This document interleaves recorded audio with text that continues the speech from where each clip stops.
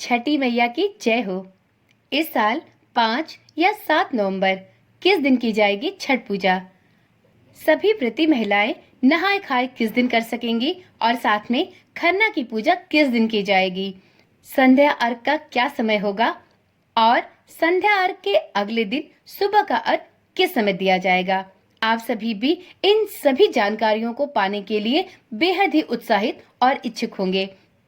तो चलिए आज की वीडियो में हम जानते हैं कि साल 2024 में छठ महापर्व की शुरुआत किस दिन से हो रही है और 4 दिवसीय इस महापर्व की सभी तिथियां क्या होने वाली है। ओम नमः शिवाय, जय श्री कृष्णा।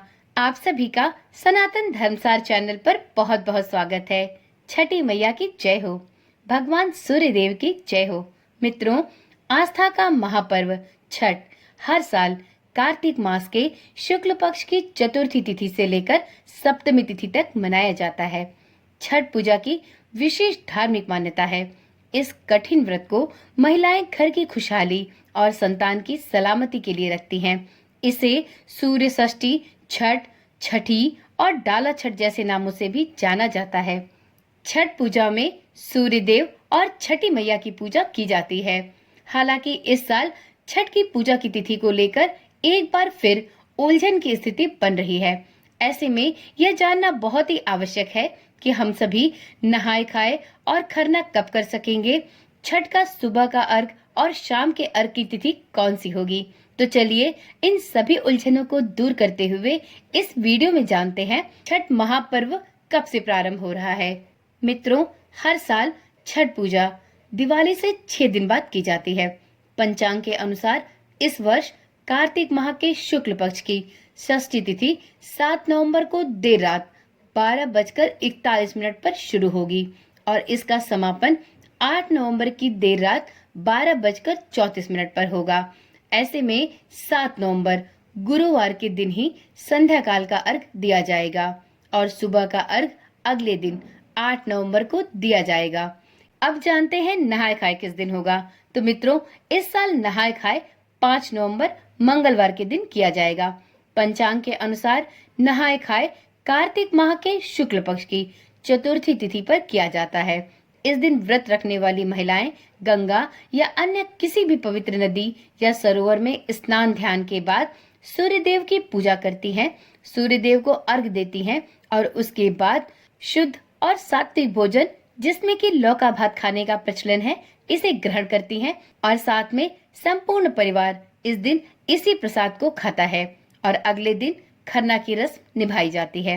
अब जानते हैं खरना किस दिन करना होगा। तो मित्रों, कार्तिक मास की शुक्ल पक्ष की पंचमी तिथि पर खरना की पूजा की जाती है। खरना के दिन जो भी महिलाएं उपवास रखती हैं, उन्हें इस दिन निर्जला उपवास रखना होता है और शाम को छठी मैया की पूजा करके उसके बाद ही अपना पारण करना होता है। इस दिन खरना की पूजा के बाद छठी मैया को रोटी, खीर और फलों का भोग लगाया जाता है और इसके बाद उसी प्रसाद को व्रती महिला और उसके साथ संपूर्ण परिवारजन ग्रहण करता है। खरना का प्रसाद ग्रहण करने के बाद सभी व्रती महिलाएं छठ का 36 घंटे का निर्जला उपवास प्रारंभ कर देती हैं। 7 नवंबर के दिन छठ पूजा का तीसरा दिन है, जिसमें डूबते सूर्य को अर्घ दिया जाएगा। इसकी अगली सुबह 8 नवंबर शुक्रवार को उगते हुए सूर्य को अर्घ दिया जाएगा। इसके साथ ही छठ पूजा की समाप्ति हो जाएगी।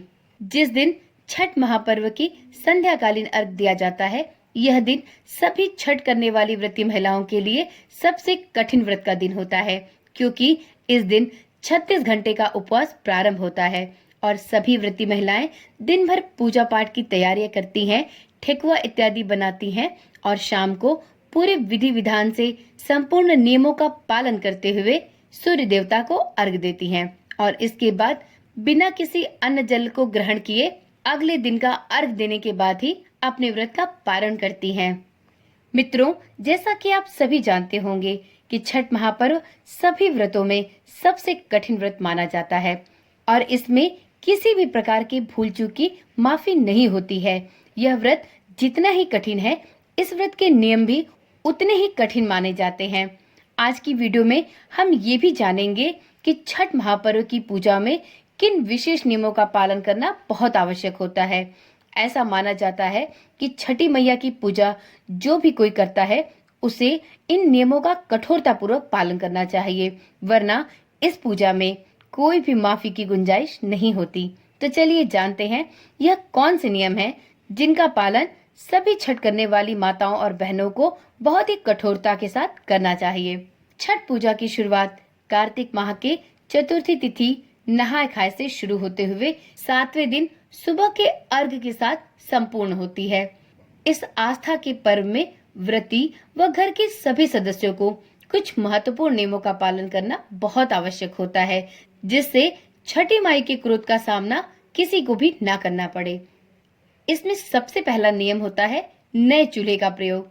छठ पूजा काफी कठिन व्रत होता है, जिसमें नियमों का ध्यान रखना बहुत आवश्यक है। छठ पूजा में ठेकुआ बनाने का विधान है, जिसके लिए नए और साफ चूल्हे का प्रयोग करना चाहिए।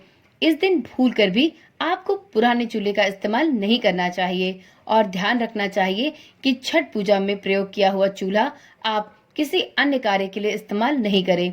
तो मित्रों, यदि आप मिट्टी के चूल्हे पर छठ की पूजा करते हैं तो आप छठ पूजा के समय ही एक नए चूल्हे को बनाएं और उसे प्रतिदिन लीप पोत कर दोबारा से प्रयोग करें, परंतु भूल कर भी मिट्टी के पुराने चूल्हे का इस्तेमाल छठ पूजा के लिए नहीं करना चाहिए।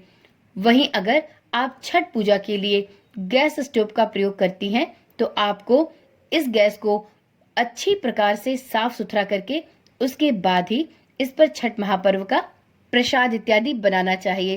परंतु इस बात का भी ध्यान रखें कि यदि आपके घर में मांसाहार उसी गैस स्टोव पर बनता है तो भूले से भी इस पर छठ का कोई भी प्रसाद या कोई भी भोजन ना बनाएं। आपका गैस स्टोव यदि शाकाहारी भोजन के लिए ही प्रयोग होता है तब इस अवस्था में आप अपने गैस को बहुत ही अच्छी प्रकार से साफ सुथरा कर ले, धोकर उसके बाद ही आप छठ का प्रसाद बना सकती हैं। परंतु ऐसे गैस का प्रयोग कभी भी ना करें जिस पर आपने भूले से भी मांसाहार बनाया हो, तो इस बात का विशेष रूप से ध्यान रखना चाहिए। अगला है साफ सफाई का ध्यान। मित्रों, इस पर्व में साफ सफाई का ध्यान रखना सबसे जरूरी होता है। छठ पूजा से जुड़ी कोई भी सामग्री बनाने से पहले आसपास की जगह को पूरी तरह से साफ करना होता है। इस व्रत में लहसुन और प्याज से भी दूरी बनाकर रखी जाती है। छठ महापर्व में ऐसी मान्यता है कि दिवाली के बाद से ही लहसुन और प्याज का त्याग कर देना चाहिए और आपको दिवाली के बाद से ही सात्विक भोजन ग्रहण करना चाहिए और छठ की पूजा के संपूर्ण होने के बाद ही परिवार का कोई भी सदस्य लहसुन या प्याज खा सकता है। इस व्रत में सिर्फ व्रती महिलाओं को ही लहसुन प्याज का त्याग नहीं करना होता, बल्कि परिवार का कोई भी सदस्य इस समय में लहसुन और प्याज तक नहीं खा सकता। इस दौरान घर में लहसुन प्याज खाने की भी मनाही होती है। मांस मछली का सेवन करना तो पूरी तरह से वर्जित होता है। साथ ही प्रसाद बनाते वक्त नमक भी नहीं छूना चाहिए। अगला है प्रसाद बनाते समय पूरी शुद्धता का ध्यान रखना। जी हाँ, छठ पर्व में छठी मैया को समर्पित प्रसाद काफी महत्वपूर्ण होता है। ऐसी मान्यता है कि प्रसाद बनाते वक्त थोड़ी सी भी भूल छठी मैया बर्दाश्त नहीं करती। इस दौरान प्रसाद बनाने के लिए प्रयोग में आने वाले अनाज भी धोकर और घर पर ही पीसकर बनाए जाते हैं, क्योंकि इसमें शुद्धता का विशेष ध्यान रखा जाता है। साथ ही यह भी ध्यान रखा जाता है कि चिड़िया या किसी भी प्रकार के पक्षी द्वारा इस अनाज को जूठा ना किया जाए। जब भी यह प्रसाद बनाया जाता है तो उस समय आपको इस बात का ध्यान रखना चाहिए कि आप भली प्रकार से नहा धोकर और स्वच्छ और साफ वस्त्र ही पहनकर उसके बाद प्रसाद को बनाएं। साथ में यह भी नियम है कि जो व्रती महिलाएं हैं उन्हें ही सिर्फ यह प्रसाद बनाना चाहिए और इस प्रसाद को सप्तमी के दिन सुबह का अर्घ देने के बाद ही किसी के द्वारा भी ग्रहण किया जाना चाहिए। उससे पहले इस प्रसाद को ग्रहण नहीं करना चाहिए। अगला है प्राकृतिक चीजों का उपयोग।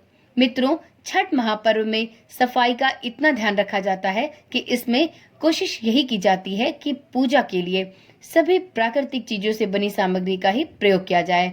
इसलिए इसमें बांस से बने सूप व टोकरी का प्रयोग किया जाता है, क्योंकि यह सबसे शुद्ध माने जाते हैं। इस दौरान किसी भी प्रकार के स्टील, शीशे या प्लास्टिक के बर्तन का प्रयोग नहीं करना चाहिए। यह सब अशुद्धता के प्रतीक माने जाते हैं। अगला नियम है कि बिस्तर पर सोना वर्जित है। मित्रों, इस व्रत के समय में सभी व्रती महिलाओं को 4 दिनों तक बिस्तर पर नहीं सोना चाहिए। बिस्तर पर सोना वर्जित बताया गया है। ऐसे में हर व्रती महिला को जमीन पर चटाई बिछाकर ही सोना चाहिए, जो कि छठ पूजा में शुद्धता का एक विशेष नियम माना गया है। अगला है तांबे के बर्तन से अर्घ्य देना। छठ पूजा का अपना एक खास महत्व है। इसमें सुबह और शाम को सूर्य नारायण को अर्घ्य देने के लिए तांबे के लोटे का ही प्रयोग करना चाहिए, क्योंकि ऐसी मान्यता है कि तांबे के बर्तन से अर्घ्य देने पर सूर्य देव की कृपा प्राप्त होती है। अगला नियम है नए वस्त्र धारण करना। छठ पूजा में हर व्रती को, चाहे वो महिला हो या पुरुष हो, नए वस्त्र ही धारण करने चाहिए। ऐसे में महिलाएं पूजन करते वक्त साड़ी व पुरुष धोती पहन सकते हैं और इस व्रत में कभी भी सफेद वस्त्र धारण नहीं करने चाहिए। महिलाओं को सफेद साड़ी नहीं पहननी चाहिए और पुरुष अगर धोती और कुर्ता भी पहनते हैं तो उन्हें सफेद नहीं पहननी चाहिए, बल्कि अपनी सफेद धोती को हल्दी से पीला कर लेना चाहिए और उसके बाद ही छठ पूजा में धारण करना चाहिए। आप चाहें तो पीले रंग की धोती और कुर्ता भी पहन सकते हैं। अगला नियम है प्रसाद बनाते वक्त कुछ भी जूठा नहीं करना चाहिए। जी हाँ, छठ पूजा का प्रसाद बहुत ही पवित्र होता है। ऐसे में इसे बनाते समय इस बात का ध्यान रखना चाहिए कि गलती से भी प्रसाद किसी के द्वारा भी जूठा ना हो जाए। बच्चों को भी इस प्रसाद को खाने के लिए नहीं देना चाहिए। साथ में यह प्रसाद बनाते समय इस बात का ध्यान रखना चाहिए कि जो भी प्रसाद बना रहे हैं वो मुंह से कुछ भी बात ना करें, क्योंकि बोलते वक्त मुंह से लार के कुछ कण गिरते रहते हैं। तो इस बात का भी ध्यान रखें कि जब महिलाएं प्रसाद बनाएं तो उस समय आपस में बात करने से बचें। तो मित्रों, ये थे छठ महापर्व के कुछ विशेष नियम, जिनका पालन प्रत्येक व्रती महिला या पुरुष को अवश्य रखना चाहिए। वीडियो के अंत में जानते हैं एक महत्वपूर्ण बात, जो कि सभी व्रती महिलाओं को अवश्य ध्यान देना चाहिए। मित्रों, व्रती महिलाओं को इस बात का ध्यान देना चाहिए कि आप जब भी ठेकुआ या महाप्रसाद बनाएं तो उस समय आप साफ वस्त्र तो धारण करें ही, साथ में आप नई चूड़ियां ही पहने। पुरानी प्रयोग की गई चूड़ियां कभी भी पहनकर ठेकुआ का प्रसाद नहीं बनाया जाता। तो ऐसे में आप या आपके साथ जो भी कोई महिलाएं ठेकुआ का महाप्रसाद बना रही हैं, उन्हें इस प्रसाद को बनाने से पहले नई चूड़ियां अवश्य पहननी चाहिए। इसके बाद ही ठेकुआ का महाप्रसाद बनाया जाना चाहिए। तो चलिए मित्रों, आज की वीडियो यहीं पर समाप्त करते हैं और आपको छठ महापर्व की इसी प्रकार की जानकारी वाली वीडियोस छठ महापर्व से पहले प्राप्त होती रहेंगी। तो यदि आप चैनल पर पहली बार आए हैं या आपने अभी तक चैनल को सब्सक्राइब नहीं किया है तो अब देर न करें। इसी प्रकार की जानकारी वाली वीडियोस बिना किसी रुकावट के पाने के लिए चैनल को अभी ही सब्सक्राइब करें और साथ में नोटिफिकेशन बेल को भी ऑन कर लें, जिससे छठ महापर्व की सभी वीडियोस आपको नियमित रूप से बिना किसी रुकावट के प्राप्त होती रहे। तो एक बार प्रेम से बोलिए, सूर्य नारायण की जय हो, छठी माई की जय हो। माँ आप सभी की सभी मनोकामनाएं पूर्ण करें। इसी आशा और विश्वास के साथ इस वीडियो को यहीं पर समाप्त करती हूँ। फिर मिलते हैं एक नई वीडियो, एक नई जानकारी के साथ। तब तक के लिए ओम नमः शिवाय, जय श्री कृष्ण, राधे राधे।